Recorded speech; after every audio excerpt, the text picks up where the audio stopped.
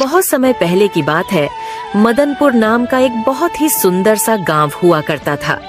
उस गांव में चंदेर नाम का एक बहुत ही ज्यादा गरीब व्यक्ति अपने पिता हरिदास के साथ रहा करता था। उसके माता की मृत्यु चंदेर के बचपन में ही हो गई थी। चंदेर के पास संपत्ति के नाम पर उसके पास एक पुरानी झोपड़ी, 2 बैल और एक दूध देने वाली बकरी भी थी, जिससे वह बहुत प्यार करता था। और साथ ही साथ खेती करने के लिए एक छोटी सी जमीन भी थी, जिस पर चंदेर दिन भर जी तोड़ मेहनत करके अपने घर का गुजारा किया करता था।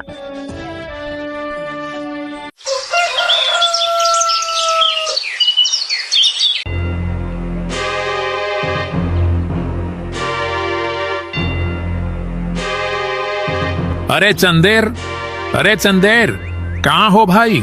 कहाँ हो? जल्दी बाहर आओ। अरे कौन है भाई? इतनी सुबह सुबह क्यों चिल्ला रहे हो? रुको मैं आता हूँ। 2 मिनट में आता हूँ मैं।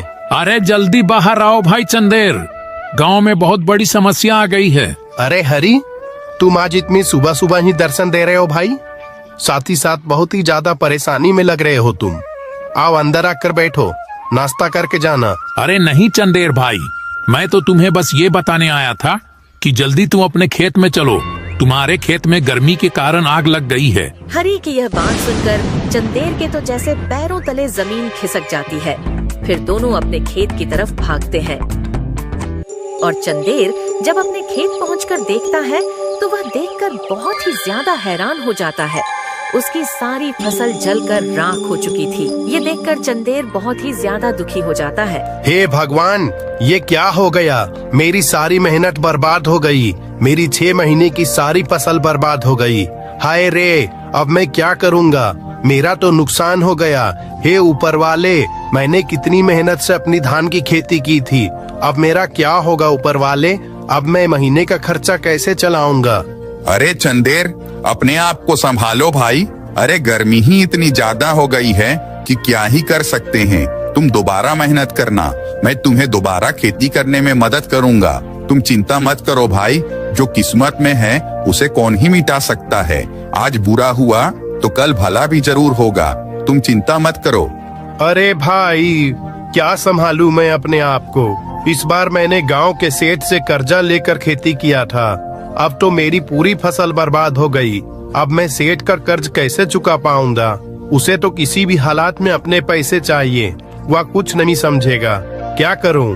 कुछ भी समझ नहीं आ रहा है भाई। अरे चंदेर भाई, तुम चिंता क्यों करते हो? मैंने कहा ना कि मैं तुम्हारी मदद करूंगा। जो भी पैसे तुम्हें चाहिए वो तुम मुझसे मांग लेना, और जब भी तुम्हारी फसल हो जाएगी तो मुझे उसके बाद पैसे वापस लौटा देना मुझे। अरे नहीं भाई, मैं कितना कर्ज लूंगा? मैं अब किसी से भी कर्ज नहीं लूंगा। जो किस्मत में है वो तो होकर ही रहेगा। सब ऊपर वाले की मर्जी है। कुछ महीने ऐसे ही बीत जाते हैं। बेटा, अब मेरी तबीयत सही नहीं है और जब से अपनी फसल में आग लगी है तब से तुम बहुत ही ज्यादा दुखी रहने लगी हो। बेटा, मैं तुम्हें इतनी दुखी नहीं देख सकता। पिताजी, मैं क्या करूं? मुझे कुछ भी समझ नहीं आ रहा है। 2 दिन बाद सेठ जी को उनका पैसा लौटाना है, लेकिन घर में एक भी पैसा नहीं है और आपकी तबीयत भी सही नहीं है। मैं क्या करूं? अरे बेटा, दुखी मत हो। तुम अपनी बकरी है ना, उसे बेच दो। हम दूध पिए ही रह लेंगे। तुम उसे बेच के जमींदार का कर्ज लौटा देना और बचे हुए पैसों से मेरे लिए दवाइयाँ लेते आना। हाँ पिताजी, मैं अपनी बकरी से तो बहुत ही प्यार करता हूँ, लेकिन अब मेरे पास इसके अलावा और कोई चारा नहीं है। मैं क्या कर सकता हूँ? ठीक है पिताजी, मैंने अपना मन बना लिया है। मैं कल ही सुबह जल्दी उठकर अपनी बकरी को बेचने ले जाऊंगा और आते वक्त आपके लिए दवाइयाँ भी लेते आऊंगा।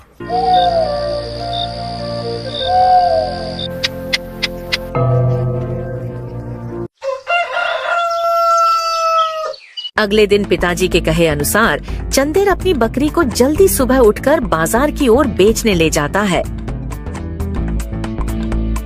अरे बकरी ले लो भाई, बकरी ले लो। बिल्कुल हष्ट पुष्ट बकरी है भाई। रोज 1 लीटर दूध देने वाली बकरी ले लो। मात्र 2000 रुपये हैं भाई। ले लो भाई, ले लो, हस्त पुष्ट बकरी ले लो। अरे बकरी कैसे बेच रहे हो चचा? अरे भाई मात्र 2000 रुपये में बेच रहा हूँ। बकरी रोज 1 लीटर दूध भी देती है और साथ ही साथ बहुत हस्त पुष्ट बकरी है भाई। ले लो, तुम कभी निराश नहीं होगे। बकरी तो तुम्हारी ठीक है, लेकिन आप बहुत ज्यादा दाम लगा रहे हो चाचा, थोड़ा कम कीजिए। इससे कम में नहीं होगा भाई, मेरी भी मजबूरी है, मैं इससे कम में नहीं बेच सकता।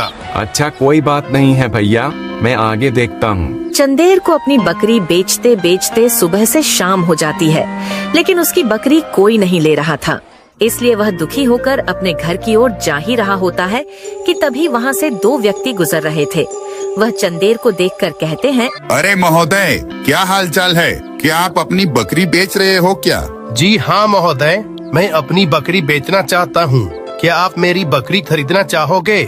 मैं आप लोगों को ये बकरी मात्र 2000 रुपये में दे दूंगा। अरे भाई, हम दोनों कसाई है और हम भी बकरी की तलाश ही कर रहे हैं। अगर आप मुझे ये बकरी दे दें तो आपकी बहुत मेहरबानी होगी। वैसे आपकी बकरी बहुत ही तंदुरुस्त भी लग रही है। जैसे ही चंदेर ने सुना कि वह दोनों व्यक्ति कसाई है, वह बहुत ही ज्यादा डर गया। अरे अरे अरे भाई, मुझे बकरी नहीं बेचनी है।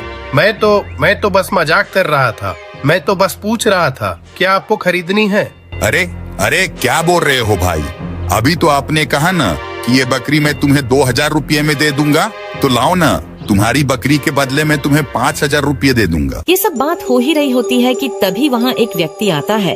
अरे भाई, ये बकरी तुम बेच रहे हो क्या? दरअसल भाइयों, मुझे अपनी बेटी के लिए दूध देने वाली बकरी चाहिए थी, तो मैं वही लेने बाजार जा रहा था। अगर तुम्हें कोई दिक्कत नहीं है तो क्या मैं ये जान सकता हूँ कि इसे तुम बेचोगे क्या? जी महोदय, आप बिल्कुल सही जगह में आए हो। मैं ये बकरी आपको मात्र 2000 रुपये में दे दूंगा। अरे अरे 2000 रुपये? लेकिन भाई, मेरे पास तो मात्र 1000 रुपये ही है। क्या तुम मुझे इस बकरी को दोगे?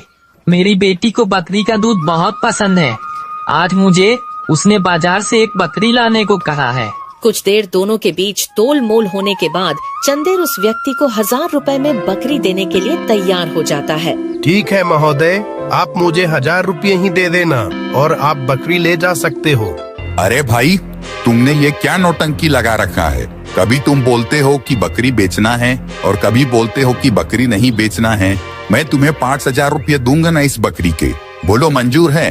क्या तुम्हें और पैसे चाहिए तो बोलो, हम तुम्हें पैसे देने के लिए तैयार हैं। ये बकरी तुम हमें दे दो, हमें ये बकरी बहुत पसंद है। अरे भाई, मुझे माफ करना, मैं आप लोगों को मेरी बकरी नहीं दे सकता। अरे भाई देख लो, ये आदमी तुम्हें मात्र 1000 रुपये ही दे रहा है और हम तुम्हें 5000 रुपये दे सकता हूँ। तो बोलो, क्या तुम्हें चाहिए 5000 रुपये?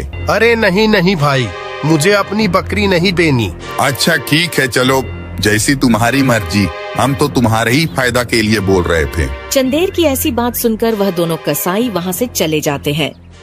अरे भाई, मुझे एक बात समझ में नहीं आई कि वो दोनों तो तुम्हें मुझसे ज्यादा पैसे दे रहे थे, फिर भी तुमने उन्हें बकरी क्यों नहीं दी? सेठ जी, आप तो बहुत भले इंसान लगते हो।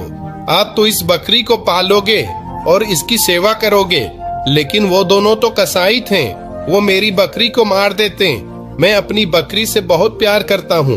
मैं बहुत मुसीबत में हूँ सेठ जी, इसलिए ना चाहते हुए भी मैं इस बकरी को बेचने के लिए निकला हूँ।